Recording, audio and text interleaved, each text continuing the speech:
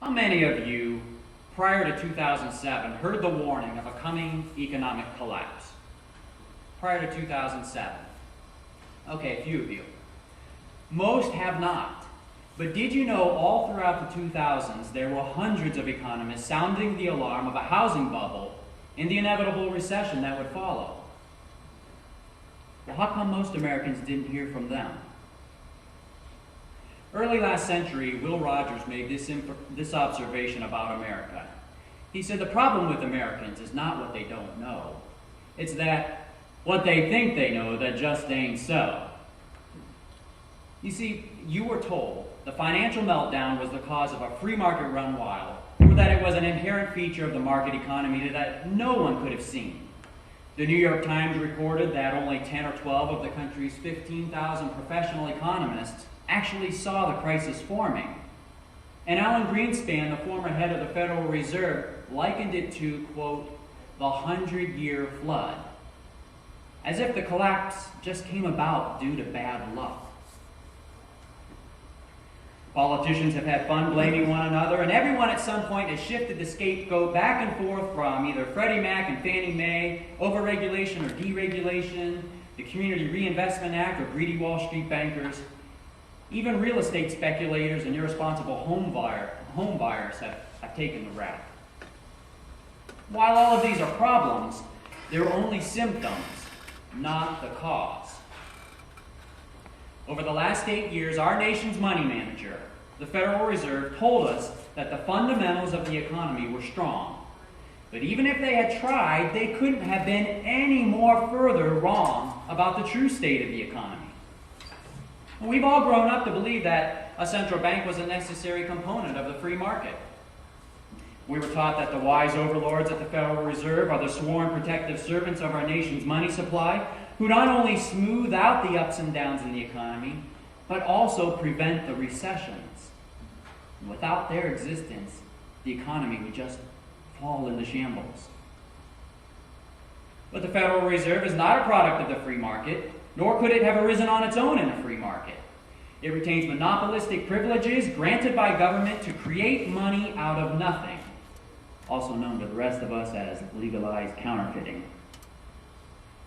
Like a Soviet commissar, it controls the price and supply of money, expanding and contracting at will, yet the former Soviet nations show that a few men at the top cannot regulate the price and supply of goods, including money. It never knows when an asset bubble is being blown up, but you can bet as soon as it bursts, they all of a sudden have the answers for fixing it, which usually translates into more looting of the taxpayer's pocket.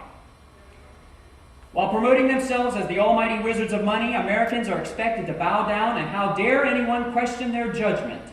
Yet the leaders of the Federal Reserve and their government counterparts were completely oblivious to the impending crisis forming around them. It begs the question, could the Federal Reserve, the economists who worship them, and the politicians that trust their every action, could they just be wrong and not even know it? During his acceptance speech of the Nobel Prize in Economics, F.A. Hayek made a profound statement. He said, "The most dangerous person on earth is an arrogant intellectual who lacks the humility necessary to see that society needs no masters and cannot be planned from the top down." An intellectual lacking humility can become a tyrant and an accomplice in the destruction of civilization itself. F.A. Hayek was an economist, and he was awarded the Nobel Prize for showing how booms and busts don't just occur mysteriously in the economy, but are the direct result of the Federal Reserve's manipulation of our money supply that creates periods of unsustainable growth that always end in recession. So with the severity of this collapse, the severity of measures taken since, and especially due to the threat to liberty, it is wise for us to begin questioning and to seek truth. Because all of the smarty pants who couldn't see the impending doom, who failed to make a proper diagnosis, and now are attempting to heal the economy, expect us to believe that they've got all the answers? I don't think so. As someone once said, what good is the doctor if he treats the runny nose but fails to diagnose the disease causing the runny nose? The Federal Reserve is that disease. So tonight we're going to consider, number one, how the Federal Reserve has destroyed the dollar. Two, how it causes recessions. And if we have some time, we'll answer the question of what is the purpose of the recession? So how has the Federal Reserve destroyed the dollar? One word, inflation. Maybe you can relate to the following, but recently somebody said to me, when I get my paycheck, it just doesn't seem to go very far. Even if I'm just running down to the grocery store to pick up a gallon of milk, a box of cereal, and a carton of eggs, everything is so expensive. Well, inflation is usually described as an increase in prices. But inflation actually is an increase in the money supply, and the effects we see are rising prices. Let me say that again. Inflation is an increase in the money supply, and the effects we see of it are rising prices. So in other words, a larger supply of money chasing after the same amount of goods can only bid up the prices of those goods. So here's what we're going to take a look at in this section. What is a dollar? How does it come about? What is money? And where did our dollar come from? And then we'll take a look at where we are today with the dollar.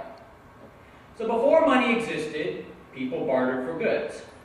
If I was a hat maker, and let's say you made iPhones, and I was in need of another iPhone, I'd come to you and try and trade several of my hats for an iPhone. These have to be pretty sweet hats to get an iPhone for that.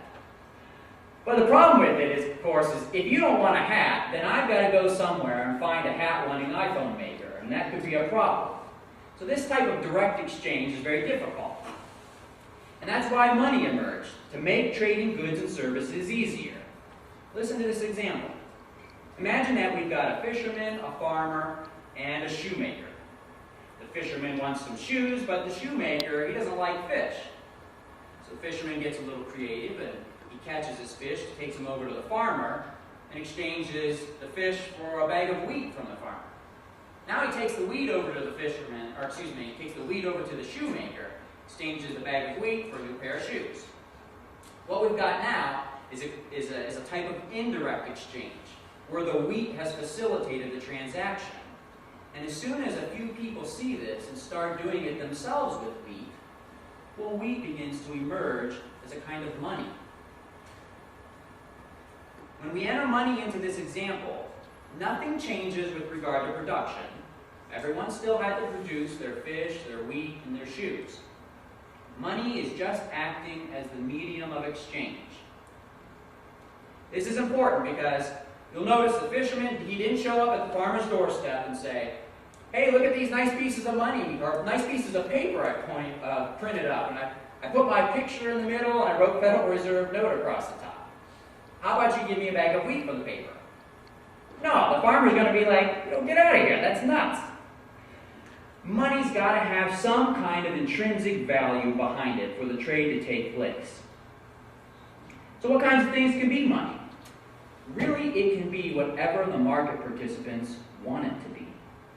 In the past, money has taken the form of wheat, cigarettes in places like prisons or POW camps, sheep, tobacco, nails, and of course precious metals.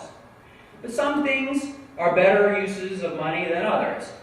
Wheat, for example, it tends to rot, people eat it, and if you want to go buy a car, well, you need wagon loads full. But gold and silver, on the other hand, these are items that have stood the test of time for thousands of years. They're durable, they're hard to inflate because you have to dig it out of the ground and it's easily divisible into grams, ounces, pounds. Plus it has a lot of intrinsic value.